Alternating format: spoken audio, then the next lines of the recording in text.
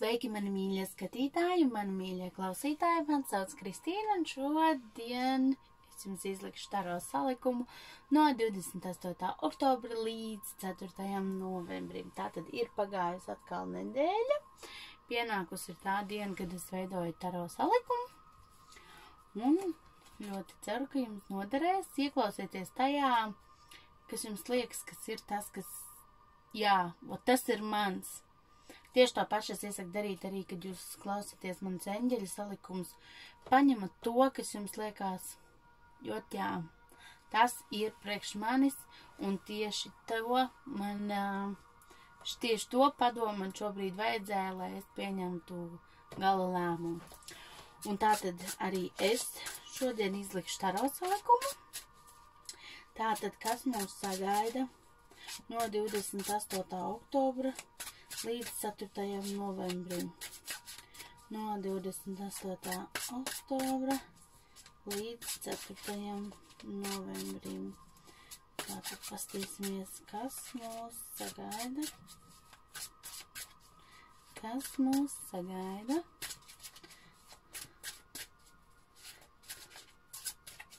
Kas mūs sagaida no 28. oktobra līdz 4. novembrim. Tātad paskatīsimies.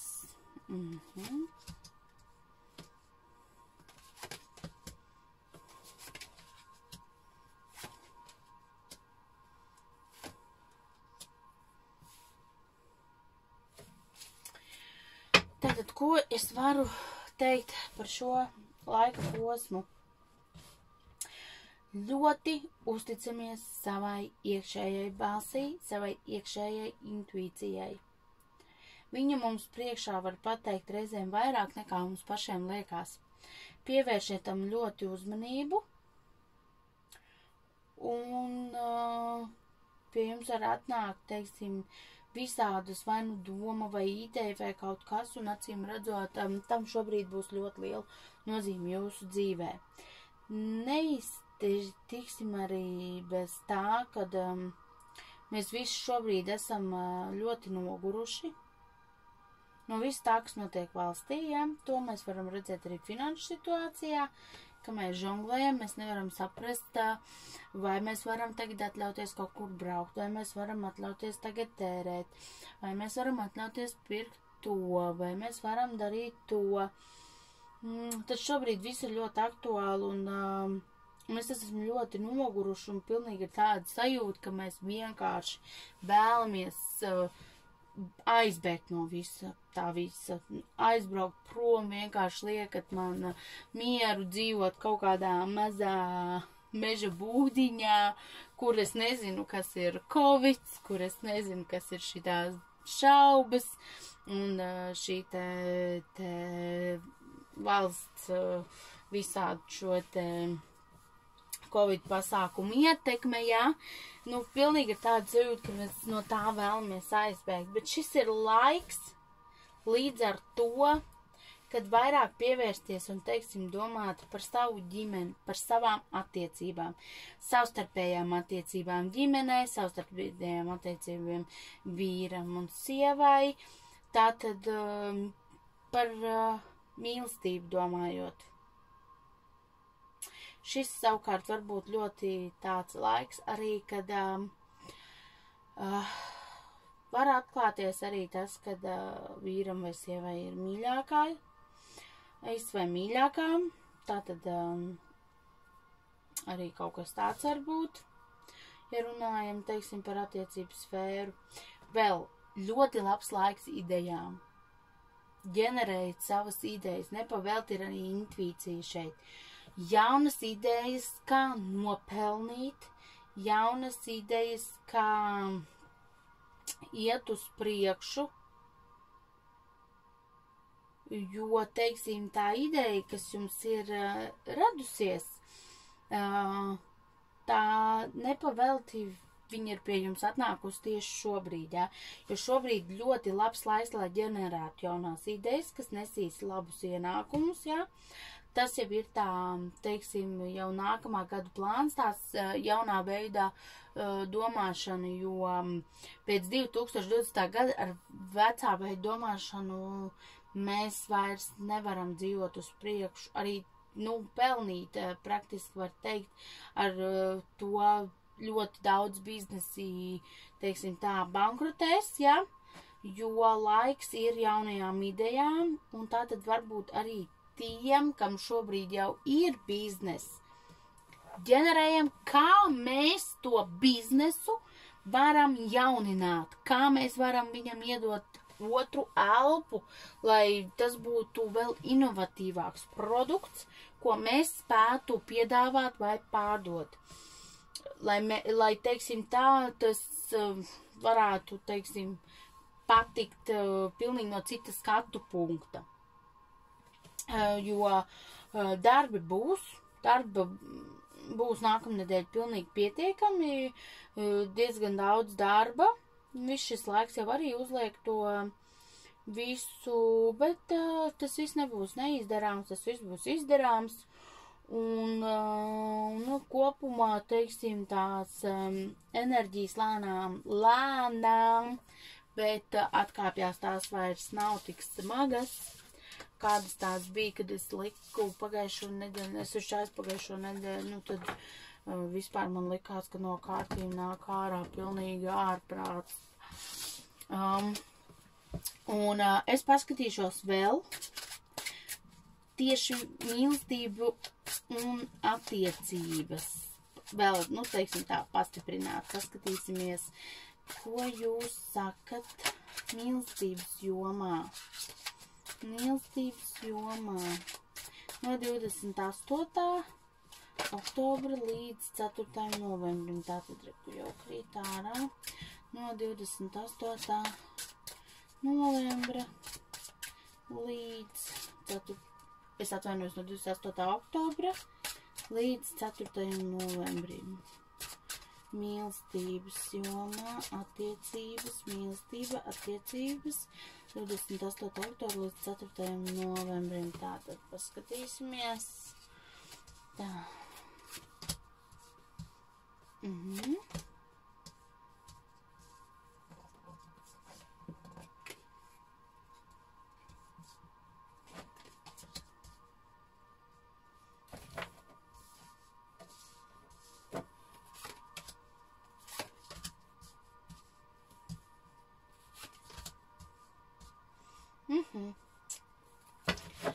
Tātad attiecības un mīlestības jomā iespējams ir jaunas darbības un vispār ļoti aktīvi norisināsies darbības attiecībās, un es teiktu tā, ka šīs ļoti daudziem nostabilizēsies attiecības pēc šī posma, jūs kā pāris būsiet vēl stabilāks nekā bijāt varbūt pirms šī visa.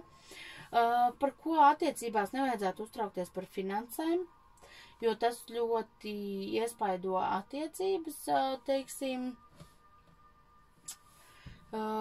mazāk, teiksim, satraukties par finanšu jomu, vairāk pievērsties, teiksim, vienotra mīlēšanai vairāk, ja. Būs ļoti aktīvs šī te nedēļa šajā jomā. Ļoti daudziem ir iespējas satikt jaunu partneri, ja. Tātad vēl attiecībās ir, tomēr jāiegulda tāds nākotnē spēks, teiksim, un arī tiem, kam, teiksim, būs jaunas attiecības, jā, tā tad arī tiem būs jāiegulda savu spēks, savu enerģiju pie tā, lai šīs attiecības izdotos. Tas nebūs tā tagad uzsitīšu ar knipi un man būs un viss kārtībā. Nē, būs jāiegulda spēks, darbs, laiks, arī laiks. Protams, arī noteikti kaut kādas finanses.